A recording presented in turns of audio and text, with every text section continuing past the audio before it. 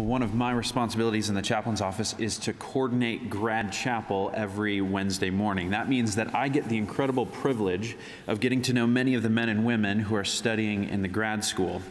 Sometimes around here, people wonder, when is Wheaton going to produce the next world-class Christian leader? Who among us is going to go out and change the world and do tremendous things for Christ and his kingdom? A lot of times we ponder that question, but we forget that many of those leaders are already here. They are in the grad school. We have an incredible group of people who have gathered from all around the world to be trained and equipped in the grad school. Leaders from India and Korea, Haiti, China, Ghana, Ecuador, from all around the world. Leaders who are doing tremendous, groundbreaking work in their local contexts. If you ever get the chance to get to know one of our grad students, especially one of our international grad students, do not miss the chance. These are many of the current and up-and-coming leaders in global Christianity. And today, I'm very excited to introduce to you to one of these leaders. Emmanuel Ndolimana is a pastor and a church planter from Rwanda. In 2007, he helped organize the Evangelical Baptist Churches of Rwanda, and he is currently the general secretary of that denomination. Over the last 7 years, Emmanuel has been involved in planting over 30 churches in Rwanda, Burundi, and in the Democratic Republic of the Congo. He is currently a Billy Graham Scholar studying in the MA in Systematic Theology program so that he can return to Rwanda to train those leaders and pastors who are in the churches that he's planted. Emmanuel is married to Hope, his wife, who is back in Rwanda with their 4 children. Emmanuel just informed me that he actually has a son back in Rwanda that he has not met yet, but he will over Christmas break, so he's looking forward to that. That's pretty exciting.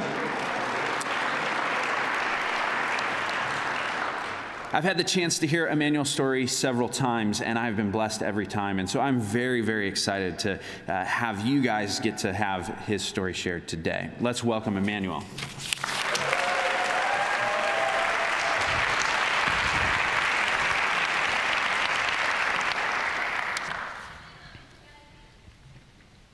It's a great honor and privilege for me to be able to come here and take this time to share my story with you. I can see many of my friends, my rafiki, as we say in Swahili. And it's so really encouraging to me, and I'm very glad that I'm able to be here. Back at home in Rwanda, I've got a family. Don't know if we have a picture here, but I have got a family. I'm a father of 4. We have Moses, who is 11, Esther, who is 8, Sandra, who is 4. And our youngest, we just named him Joshua. I haven't met him yet. We adopted him last week. He was in one of the orphanages in Rwanda. Rwanda is moving towards closing orphanages when every kid can be given a chance to grow up in a family. So this guy, about 2 years ago, somebody found him crying in garbage. And God has protected him, and he gave us an opportunity to give him a home, and he's my youngest. So I'll be glad to meet him for the first time when I go home for Christmas. In the world, everybody wishes to have peace. And you need to have peace, you are praying to have peace, and have plans, and work very hard to achieve these plans, to see these plans achieved. But what if things goes wrong? What if things turns a way you did not plan them to be? Is God still God? Those are questions many people almost ask every time. So today, I've got a privilege back home to be one of the leaders of churches at the national level, and I'm in Wheaton graduate school. But things have not always been easy on my way. And my story that I'm going to share with you, my testimony, it's not one of the stories that will tell you that once you are a Christian, things are going to be easy and always easy in one way. But my story is about the reality in life. As much as one wishes to be a peacekeeper, keeping peace and having peace, there are conflicts that you can't avoid in life.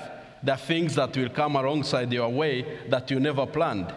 There are things that you just find yourself in situations that you never knew that one day you will be in this kind of situations. for my case and the people around me, I am from the western part of the country of Rwanda, and my people group was divided in two halves when Africa was being divided in two countries in 1885. And that impact has become a big issue. Part of my family, the biggest part remained Congolese, and I was found myself on the side of Rwanda.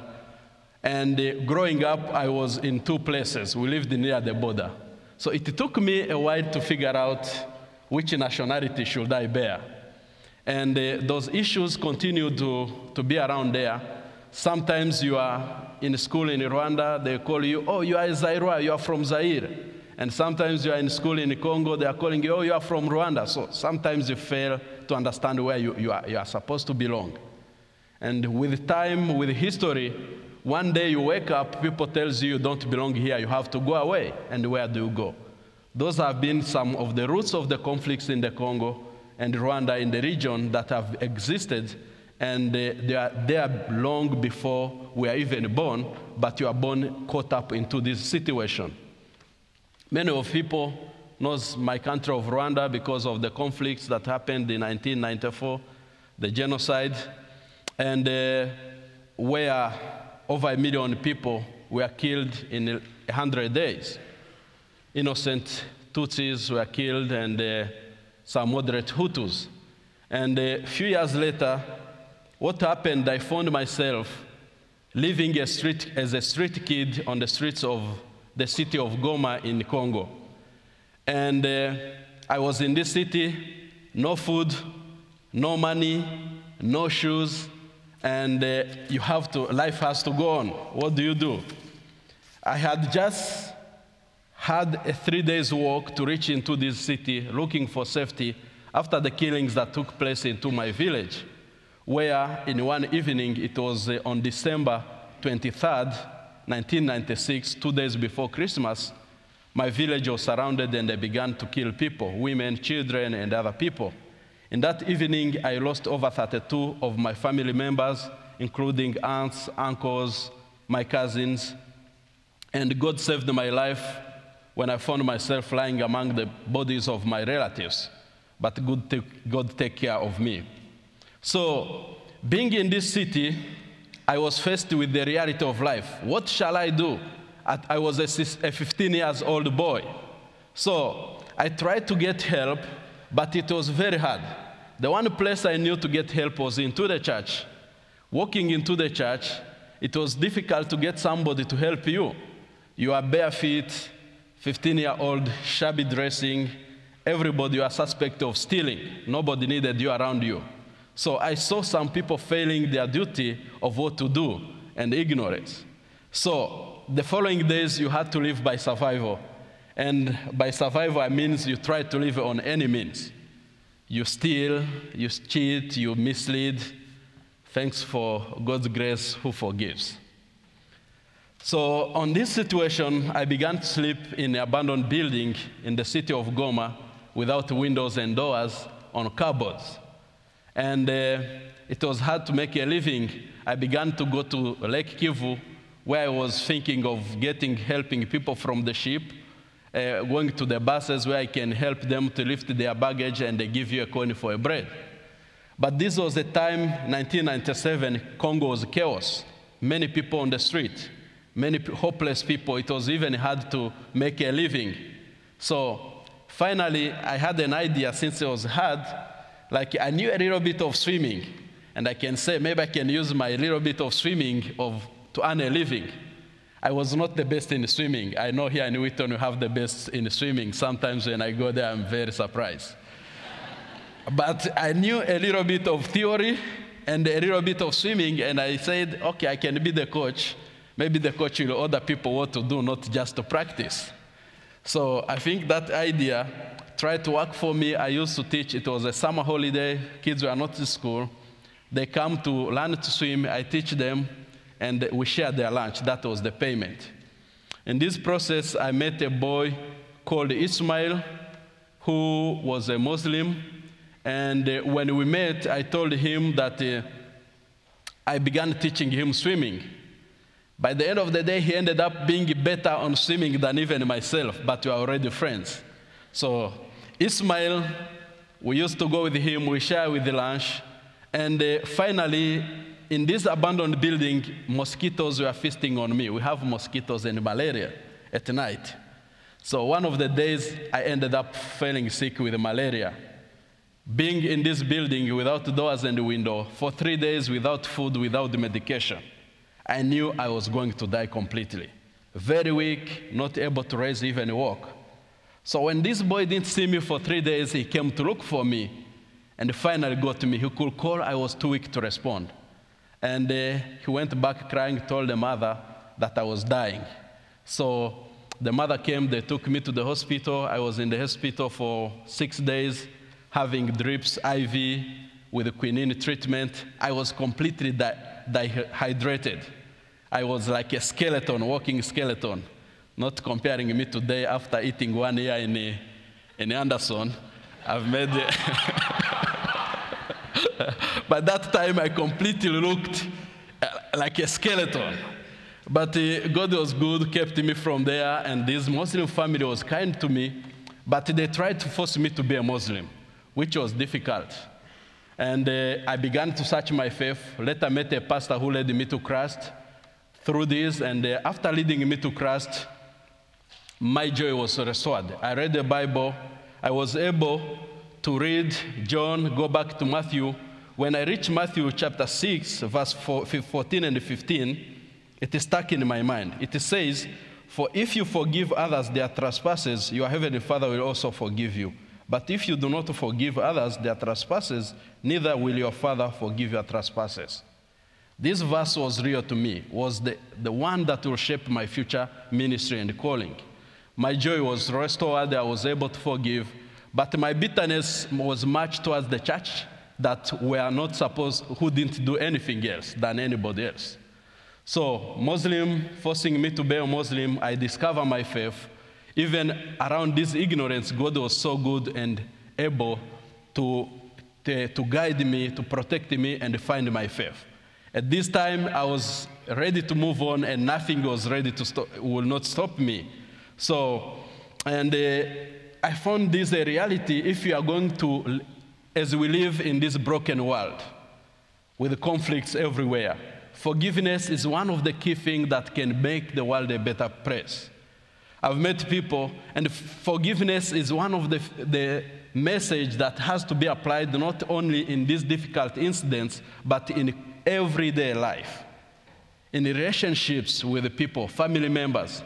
You know, there are people who have said, I can forgive anybody else, but not my boyfriend who dumped me, or not my girlfriend who dumped me. Others will say, I can forgive others, not even my ex, you know, spouse or whatever you say. And the other will say, oh, I will not forgive my parents. So forgiveness has to be in every aspect of life as Christians. And with that, that's when we can be able to shine.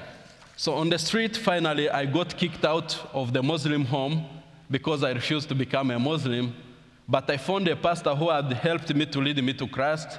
When I was there, some volunteers, missionaries, were able to give me $160 to start to help me in my life. And when I was given this money, the pastor had shared with them my story. And some people are like, no, he's a con man like anybody else. So you give him money, he's deceiving you. But these missionaries were able to give me this.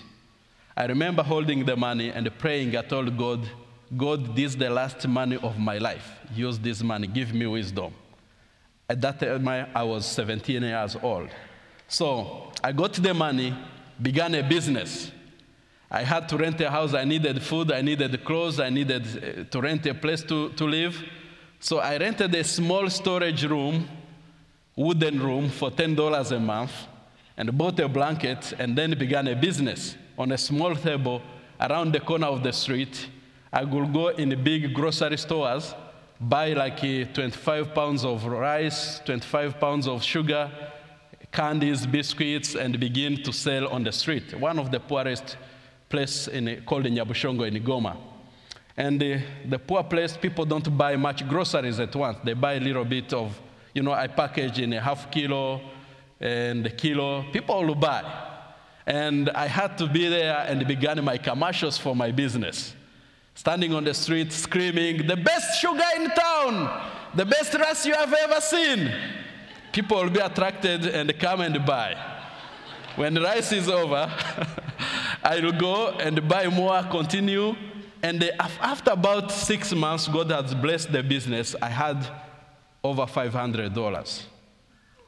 And I had improved my living conditions. I was able to go back in the village, get some kids, try to help them and raise them. Now at 17, it was time to go back to school. I felt I needed to be in school. So I had to change the nature of my business, begin a barber shop and begin to shave people's hair. And I didn't have that skill. I employed a few boys and I learned the skill from them. And God continued to bless me until I finished high school. And, if you need a haircut, you just call me. I can still give a haircut. But God was able to bless me through that. And when I finished, I was able to receive a call to begin ministry. I needed to help people. But I didn't know how. I would be terrified to speak even in front of 3 people. So what followed, I ended up being in Kampala going for school, in Uganda for college. At the age of 22, I am in this English-speaking school without any English at all. The first greeting, I could not even greet in English. That's around end of 2001. But what I came to realize, God will always equip you once he gives you a call in life. Today, I speak 6 languages. I'm able to preach and communicate in 5 of them. And how did it come, I can't tell you, but God will equip you for the call that he's going to give you. So I'm here speaking to one of the most privileged people in the world. Yes, I mean it. You may disagree with me, but try to think how many people in the world that have a college degree. Statistics says somewhere between 6 to 7%. So imagine of the rest of the world. So despite how you are able to be here, either on loan or paying cash, but we are one of the most privileged people. How much of change can we make in the world? We don't have to have special skills in order to be able to make a change. When God calls, we will equip you for that. All we need is just to be faithful. The relationship with Jesus begins there. And the churches I've been able to plant, it's not about myself. I just go and God takes care of the rest. So wherever God is going to call you, few of us are called to be in a pulpit, but most of you will be in different parts, either in politics, business, or academics. That's your field mission, because all the Christians are called to be in the mission. The people you meet there, those are your field mission. Meet one life, one at a time, you can be able to make a change in the world. When Rwanda, the genocide happened, the world watched. Nobody was able to intervene. But today, we are able to sit down, reconcile, having churches, the killers and survivors together, sharing a meal, working together. That's the hope, the change that you can bring in the world. So that's what we are able to do. And much of what we've done, it's not about me, it's not about us, but it's about Jesus. Jesus is the one who can be able to do. A few pictures of what we've been able to change. Part of my ministry, what has taken place. This is a picture of the church that I was able to go and start in my village. And this church has over 500, most of survivors and killers, they are under one roof. The next picture shows the same place, people when they are reconciling, having a service, when they are forgiving each other. The next picture shows how to access. Congo, there are no roads. This is the kind of road you have to pass through to be there. But still, God can make people and reach the people. On a motorcycle, you can't drive your cars here. And the bridges, the next picture shows this is the nature of the bridges that are there when you are doing ministry. You have to cross that. The next picture shows me this Goma, Congo, going back to the city, to the streets where I used to beg food, preaching the gospel and sharing hope with the people. This is Goma, in Goma. The same as the next picture as well. Bring Jesus, sharing the gospel. The next picture, trying to bring hope to the people. The next one, this is the Muslim family that accommodated me from the street. This is the lady who took me in the hospital. This is in July. This summer, I was able to go and meet her. The husband died. She's a widow. Today, with the daughters, they are all Christians. I got the opportunity to lead them to Christ.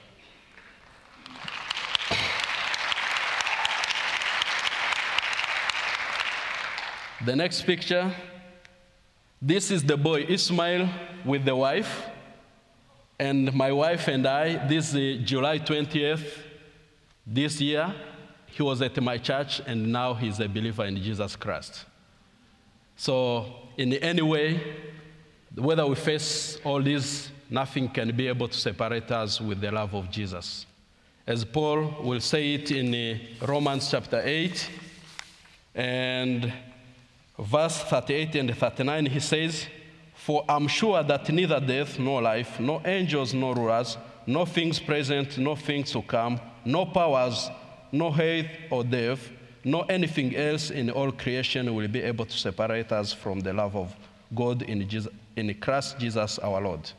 So I believe we can be able to make a change. It's possible when we are in Christ. We just begin with one life at a time. Thank you so much, and God bless you.